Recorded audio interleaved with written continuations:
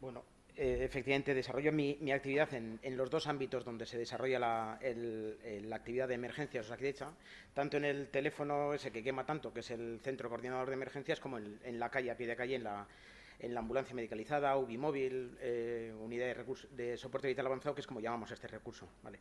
Bueno, lo primero que quería hacer es agradecer a la organización de esta jornada que me haya invitado a participar en ella.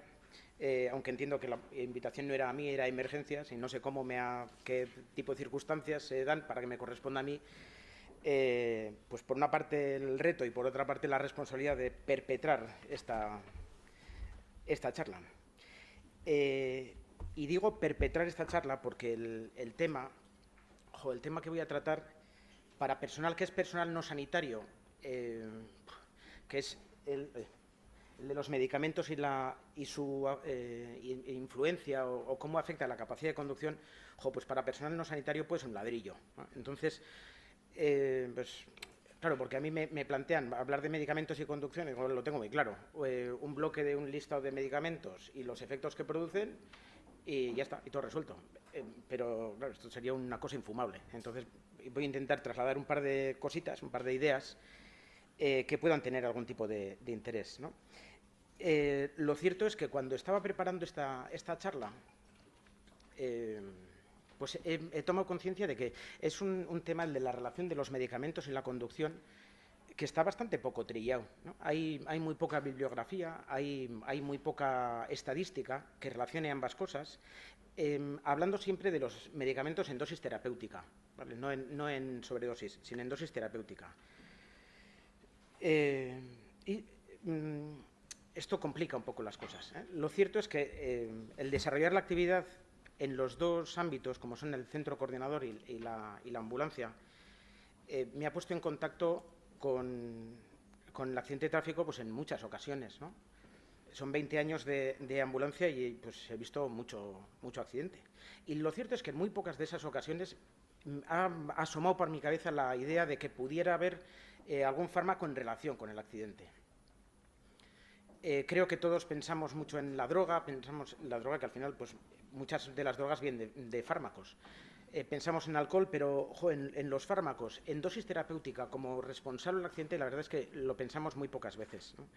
Yo, echando así para atrás, creo que el más claro que recuerdo fue un accidente de tráfico que vimos en Azcoitia, que era un morrosco allí de Azcoitia que había decidido que había llegado al final de sus días y decidió quitarse el medio comiéndose un camión de Orfidal.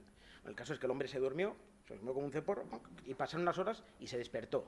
Y digo, coño, como no estaba en el mundo de los muertos, sino que seguía en el mundo de los vivos, decidió que él tenía que insistir y que tenía que quitarse el medio, y dijo, va, pues voy a coger el coche y me voy a ir al Alto Azcárate, que ahí hay un viaducto que frecuentan pues los lanzados que hacen puenting y suicidas. Y me tiro por ahí y resuelvo.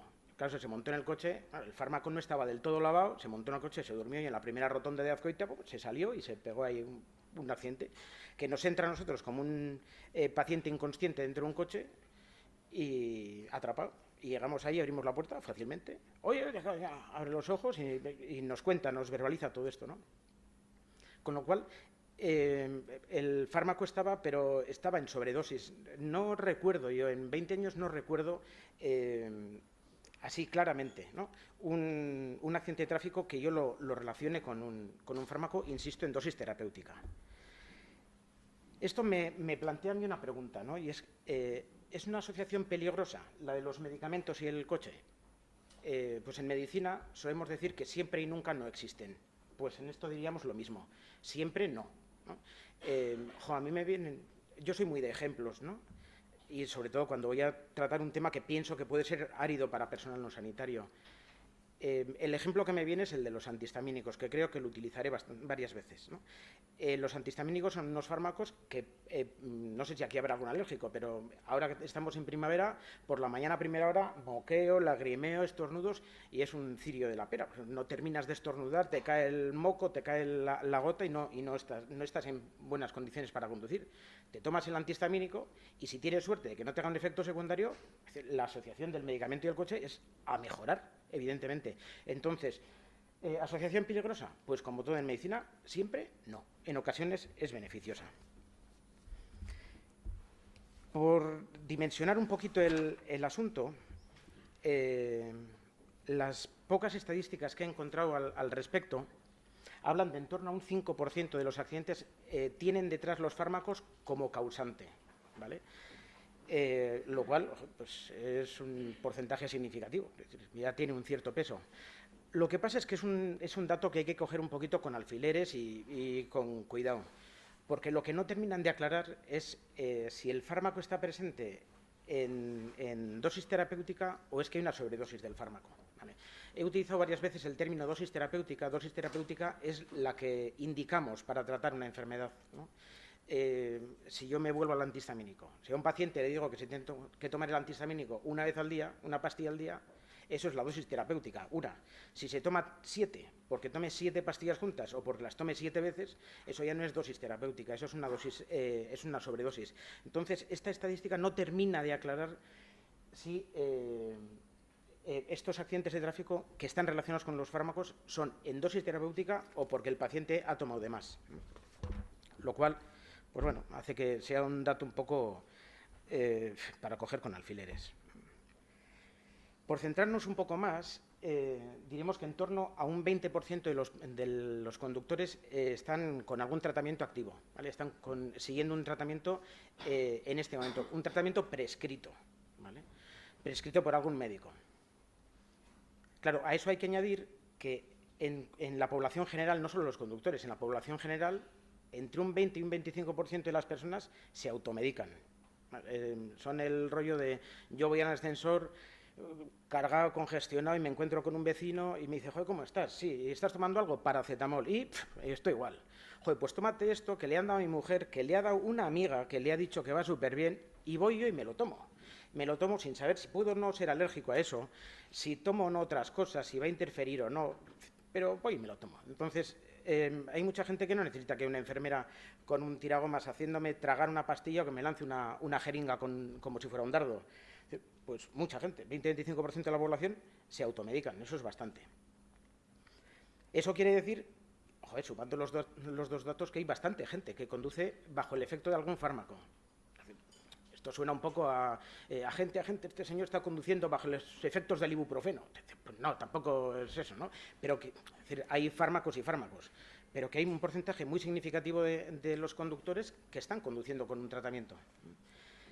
Si a esto le sumamos el último, que es un dato bastante demoledor, que hasta el 75% de los pacientes, los que conducen y los que no, pero el 75% de los pacientes no conocen los efectos secundarios de los tratamientos que toman, joder, estamos con un volumen de gente que está conduciendo con fármacos y que encima no saben si les va a producir somnolencia, alteraciones visuales, espasmos, lo cual es un tema un poco peliagudo.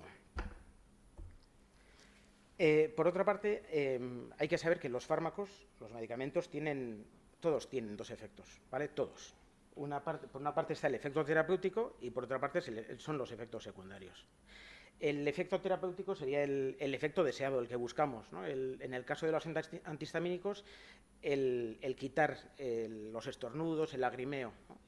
Y los efectos secundarios son los que se pueden presentar y que son no deseados, que pueden ser más o menos previsibles, pero son no deseados.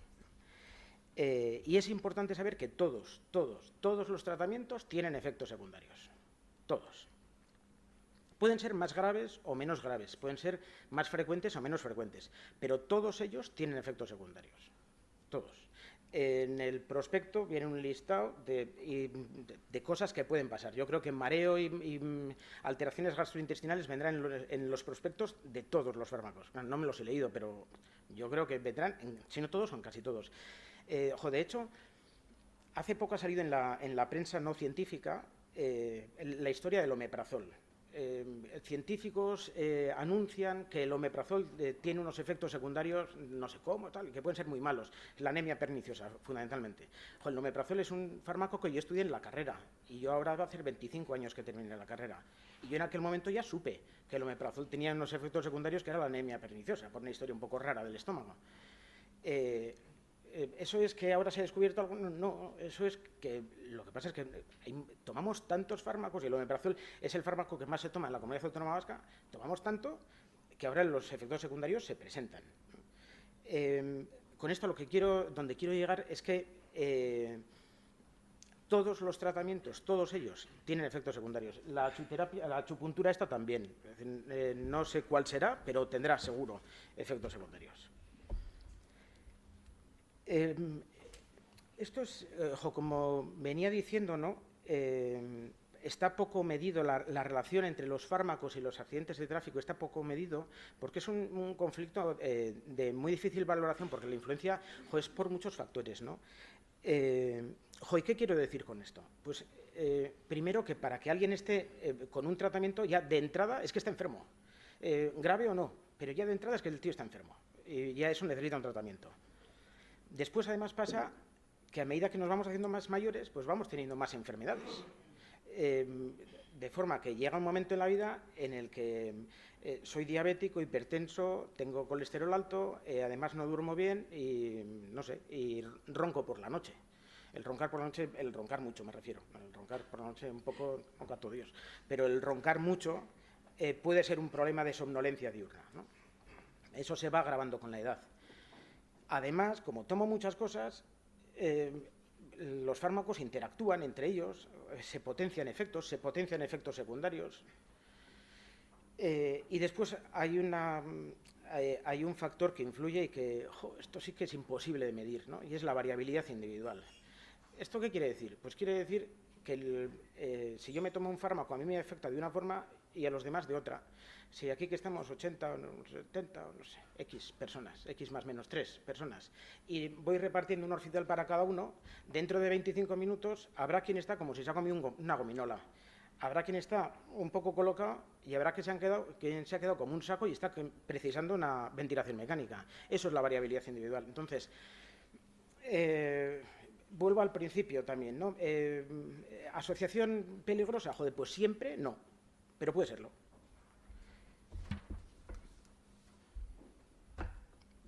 Bueno, esto es un poco los principales efectos que pueden tener los fármacos y que afectan a la conducción disminuyéndola, ¿vale? En este mundo de los efectos que pueden aparecer tenemos un efecto estrella que es la somnolencia y sedación. Es el efecto estrella porque es por riesgo y por frecuencia, ¿vale? La somnolencia y la sedación puede ser el efecto secundario que más frecuentemente se puede relacionar con un accidente de tráfico y que encima es más riesgoso, es muy riesgoso que yo me quede dormido al volante. Eso le lleva también a ser un efecto que es el más estudiado, ¿vale? Está estudiado tanto como producido por un efecto secundario de los fármacos, ¿no? Lo que decía antes de los antihistamínicos, ahora los nuevos no producen apenas sopor, no dan apenas sueño, pero los fármacos de antes, que quizás ahora se utilizan más para las reacciones alérgicas de la piel porque quitaban mucho el picor y los de ahora el picor lo quitan menos, pues producen mucha somnolencia, ¿no? Pero es que además está el efecto terapéutico. Es decir, hay con determinados fármacos que yo busco sedar, ¿no? Si estoy tratando a una persona con un síndrome ansioso-depresivo, pues le daré el antidepresivo y un ansiolítico, un orfidalillo, en dosis baja, para que esté un poco menos alerta. Pues menos alerta. Entonces, es un efecto terapéutico. Es decir, que la somnolencia y sedación puede aparecer tanto como efecto secundario como un efecto buscado, ¿no? Y eso hay que tener en cuenta a la hora de indicar la cosa y a la hora de ponerme yo al volante, saber qué estoy tomando.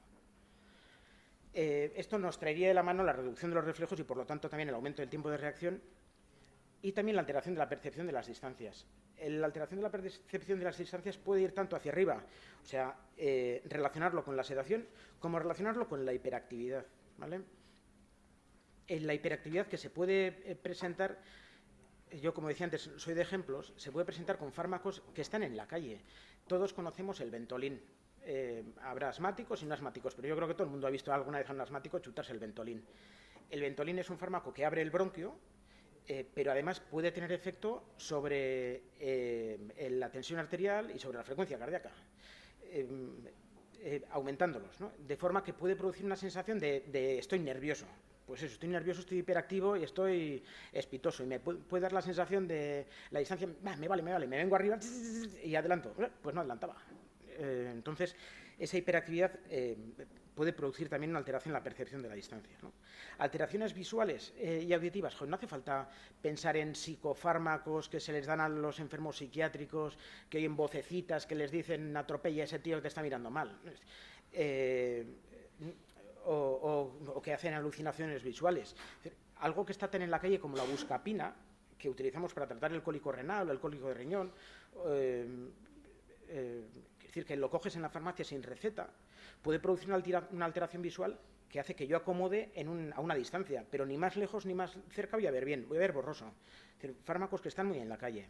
Y por último, así como efectos que se presentan con una cierta frecuencia, los espasmos y alteraciones musculares. También, y vuelvo a ser Pelma, fármacos que están en el día a día. Todos habremos oído hablar, esto igual menos que la buscapina y el Ventolin, pero del Primperan. Es un fármaco, un jarabe que se utiliza para las náuseas y los vómitos. Esto te lo dan en la farmacia. Hola, muy buenas, que estoy, o que mi hijo, que mi padre, que mi hermano, mi marido, está a vomitar y vomitar. No te preocupes, dan una cucharada de esto, traca, adentro. Ya me encuentro mejor y me voy a mi casa. Cojo el coche y de repente hago y me quedo bloqueado. Y esos son los espasmos musculares. Produce una cosa que se llama un síndrome extrapiramidal, que te puede producir un espasmo muscular así, o la boca abierta, o los ojos no sé cómo.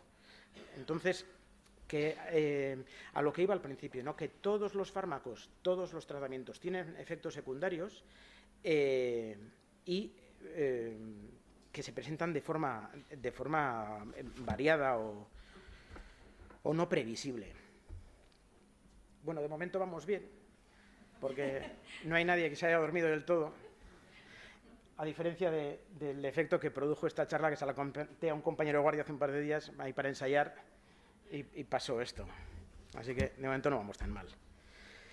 Bueno, como todo en nuestro medio, esto también está regulado y legislado, esto de los fármacos, ¿no? Y esto en concreto está regulado por este Real Decreto que regula esto está copiado. El procedimiento de autorización, registro y condiciones de dispensación de los medicamentos de uso humano fabricados industrialmente.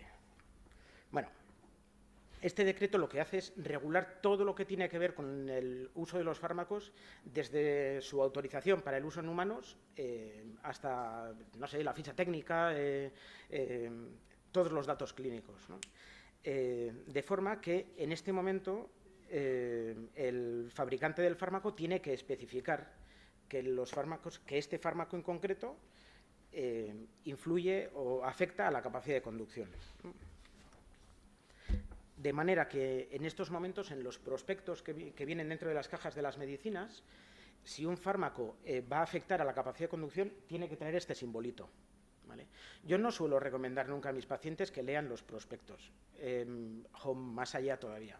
Cuando viene un paciente y me cuenta que ha leído en el prospecto no sé qué, empieza a caerme un poco mal porque pienso que me hace una pregunta que no voy a saber contestar, que va a saber del fármaco más que yo, y eso me estresa un poco. Pero si veo si alguien ve esto en un prospecto, me parece razonable preguntar al médico prescriptor, aunque le pongas un aprieto, ¿esto qué me va a hacer?, ¿no? Igual el médico prescriptor tiene que decir, un momento, y te vas a otro sitio a empollarte el Medimecum y dices, porque claro, es un ladrillo de libro de manda huevos, no te lo puedes tener todo en la cabeza, por lo menos yo. O sea que si vemos esto es como para poder preguntar, oye, ¿y esto cómo va a influir? ¿Este fármaco que me voy a tomar cómo va a influir en mi capacidad de conducir? Por otra parte, la Unión Europea ya desde el 92 exige que los medicamentos estén clasificados, ¿no? Están clasificados en 3 categorías para alertar sobre la influencia o sobre cómo afectan en la capacidad de conducir. Están clasificados en 3 categorías y se cataloga en una u otra en función de... lo compara un poquito, no un poquito, no, lo compara absolutamente con la alcoholemia, ¿no? Con cómo incidiría la alcoholemia en la capacidad de conducir. El primero es la categoría 1, que es un fármaco en principio presumiblemente seguro, quiere decir que no me va a afectar a mi capacidad de conducir y equivale a una alcoholemia por debajo de 0,2 gramos por litro. El de categoría 2, el justo medio aristotélico, habla de efectos leves o moderados. No se refiere a efectos secundarios leves o moderados, sino a que los efectos sobre la capacidad de conducir van a ser o leves o moderados, pero que ya influye. Y esto lo equipara a una alcoholemia entre 0,2 y 0,5. Y esto que va increciendo, pues en la categoría 3 son los fármacos que van a producir efectos graves. Y vuelvo a decir que no es que sean efectos secundarios graves que vayan a matar al paciente, salvo que el tío decida montarse en el coche y conducir. Pero lo demás es que son potencialmente peligrosos los efectos, porque va a incidir gravemente en mi capacidad, en mis habilidades para conducir. Y esto lo equivale a una alcoholemia por encima de 0,5 a ir cocido como una ardilla. Si tengo un fármaco que me alerta así, que es categoría 3, pues intentar ser ocupante y no piloto.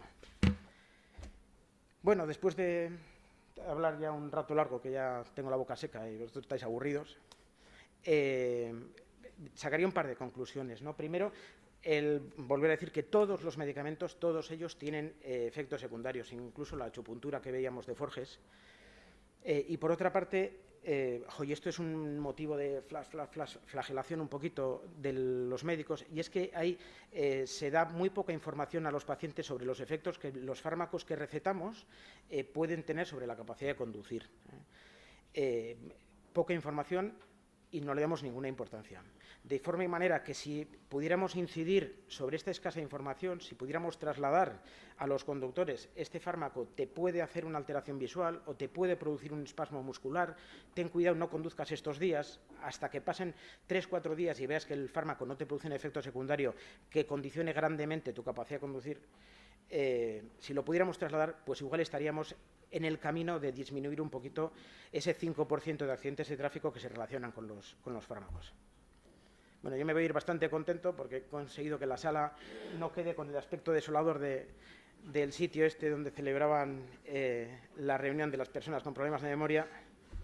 Y claro, siento que soy, viniendo de donde vengo, pues no me podía ir sin decir, desde el marco incomparable, la Bahía de la Concha, pues que muchas gracias por vuestra atención.